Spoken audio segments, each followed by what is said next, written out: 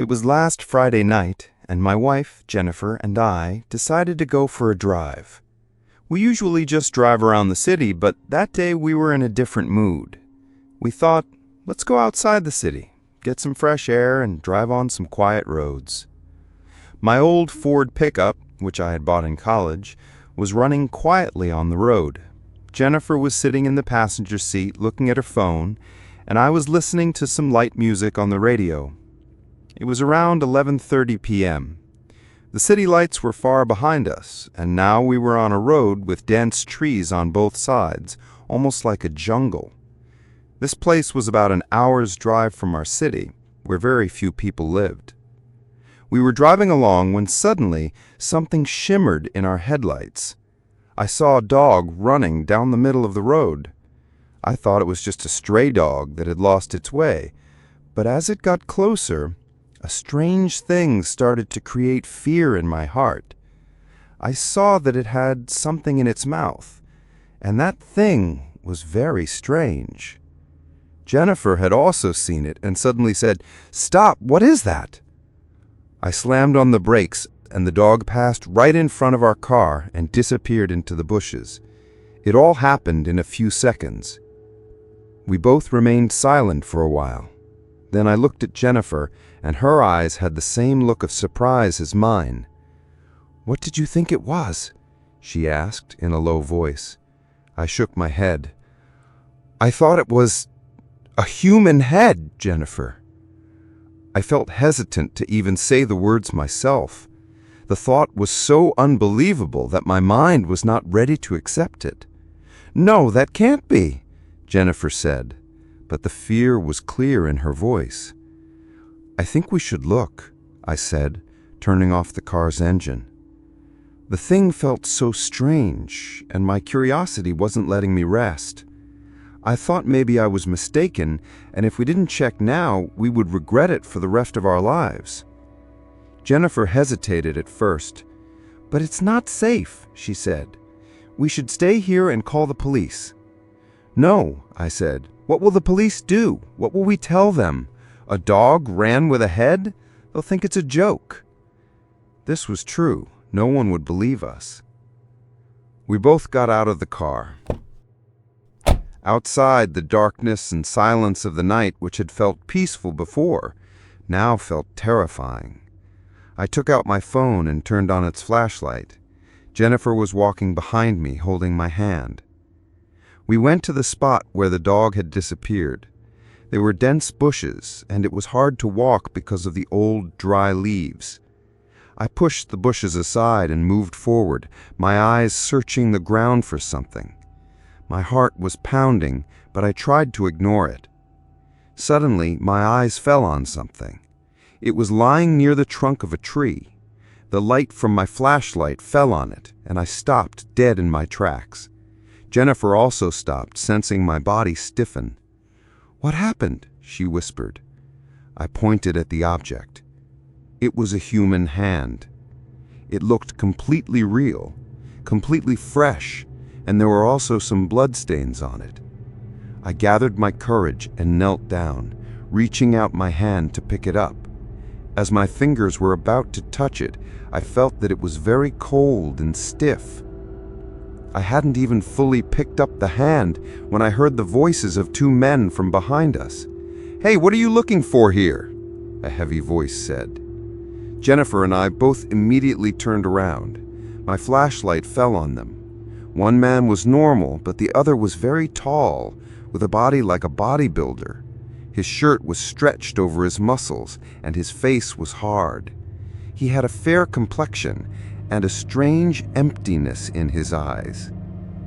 There's a hand lying here," I stammered. My eyes fell on the tall man's belt. There was a pistol attached to it, hidden but clearly visible. He smiled slightly, a smile that was not calming me at all. "Oh, that?" he said carelessly. "That's ours. We make dummies for movies and theater. It must have fallen out of one of them." He shook his head as if it were a normal thing.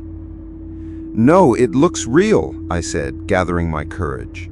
I was terrified inside, but I tried to keep my voice steady.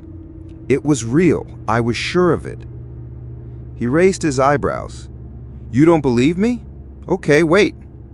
He turned and walked into the depths of the jungle and came back a few moments later.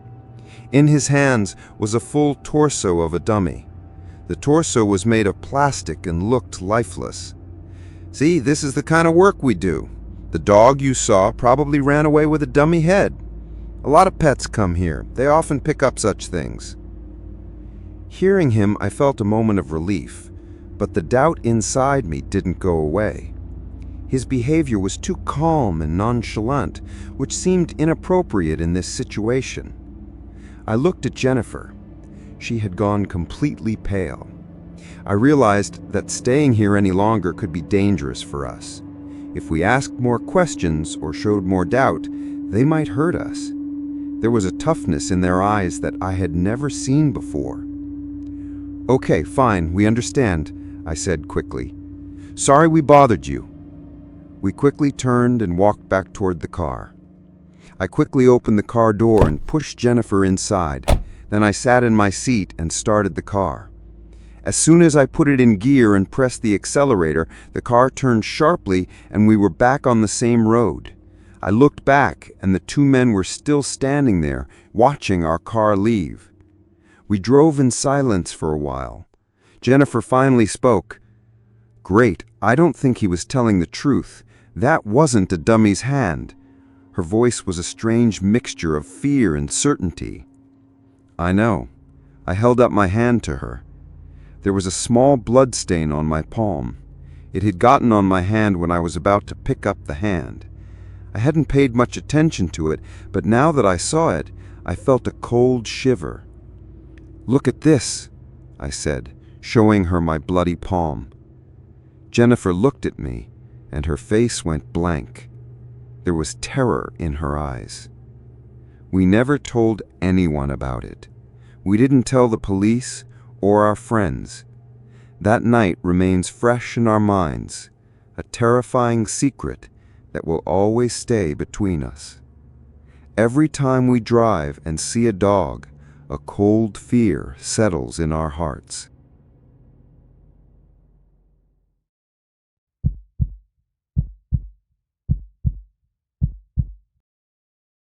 It was last month. I'm Marcus, and I live on Long Island, just outside New York City. I love driving at night. Driving on an empty highway away from the city lights gives me a sense of peace. That night, my cousin Daniel and I were coming home from a friend's place, who lives pretty far from the city. It was 11 p.m., and we were both a little tired. On the highway, my Toyota Camry was running perfectly fine. The weather was good, but it was quite cold outside. We were listening to an old song on the radio. Suddenly, we saw a young girl standing on the side of the road wearing light-colored clothes. She gestured with her hand for a ride. Daniel said, "Marcus, give her a ride." I hesitated a little, but listening to Daniel, I stopped the car. As soon as she got into the car, I saw in the mirror that her hands were shaking. She looked very scared. I asked, "What happened? Is everything okay?" She barely managed to say, "Just drop me off at the next exit." Her voice was so faint that it was barely audible. I asked her name and she said, "My name is Sarah." We drove in silence for a while.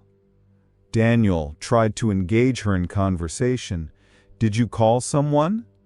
She shook her head in denial and pointed to her phone, whose battery was dead. She was not in her right mind, and I felt something was wrong. There was a bruise on her cheek, and she was constantly rubbing her right hand as if it were injured.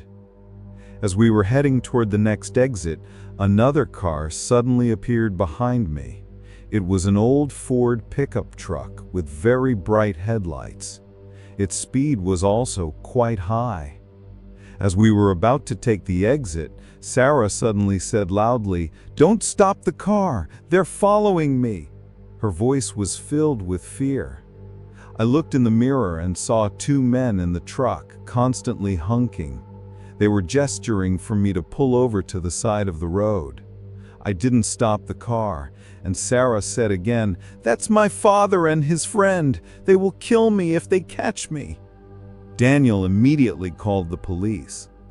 Sarah gave me an address and asked me to take her there. The address was a hospital. I was a little surprised, but without asking any questions, I turned the car in that direction. The truck behind us was constantly following us. I increased my speed, and so did they. Sarah started to lose consciousness. As soon as we reached the hospital, I quickly parked the car and took Sarah to the emergency ward. The doctor immediately took her inside, and we waited outside. Meanwhile, the police also arrived, and we told them the whole story. The police told us that Sarah's father was a very dangerous man, and he, along with his friend, used to torture her. Then they told us that her father had also tried to kill her. They wanted to take her life. The doctors told us that if we hadn't brought Sarah on time, she might not have survived. The police started trying to arrest Sarah's father and his friend. After that day, I stopped driving at night. I fear that some accident might happen to me. I replaced all the windows of my car and always keep the doors locked. I still remember that pickup truck that was following us whenever I drive on the highway. That fear is still alive in my heart, the fear that humans create. And I am certain that the real fear is not of ghosts, but of humans.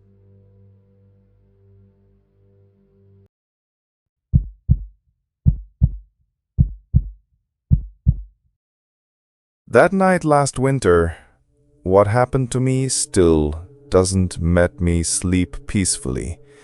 My name is Chris, and I am a driver for a courier company. My job is to deliver various parcels late at night. This story is from a small city in Washington state, Spokane. Here, in winter, the nights are long, and the roads are often covered with snow. That night, it was around 1 a.m., and I had to deliver a special parcel to an old farmhouse outside the city. I had an old, rusty Ford Transit van that was barely running. There was a layer of ice on the road, and the car's speed was very slow. According to the GPS, I took a shortcut, which was a narrow, unpaved road with sugarcane fields on both sides. At about 1:45 a.m., a man suddenly appeared in front of my car. He was a tall, thin man wearing old work clothes. He was holding a flashlight in one hand and gesturing with the other for me to stop. I stopped the car and rolled the window down a little. The man asked, "Have you seen anyone coming from behind?" His voice was filled with deep fear. I told him I hadn't seen anyone. He looked at me strangely from head to toe and then peered into the back of my car. He then said, "You are sure you haven't seen anyone?" I said, "No, I haven't seen anyone yet." He said, "Then you will see them soon," and he suddenly disappeared into the sugarcane fields. I was disturbed. His behavior felt very strange to me. I immediately rolled up my car window and sped away. After that, I didn't look back.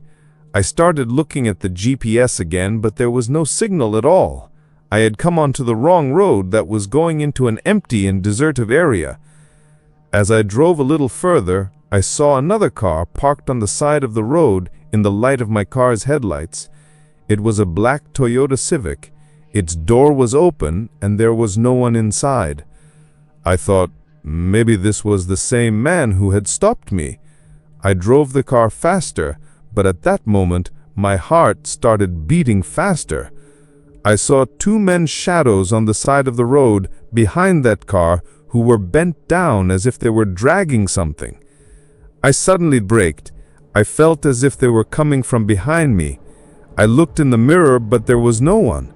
Suddenly, my car door started to shake as if someone was trying to open it from the outside. I immediately checked the door locks, but they were already locked.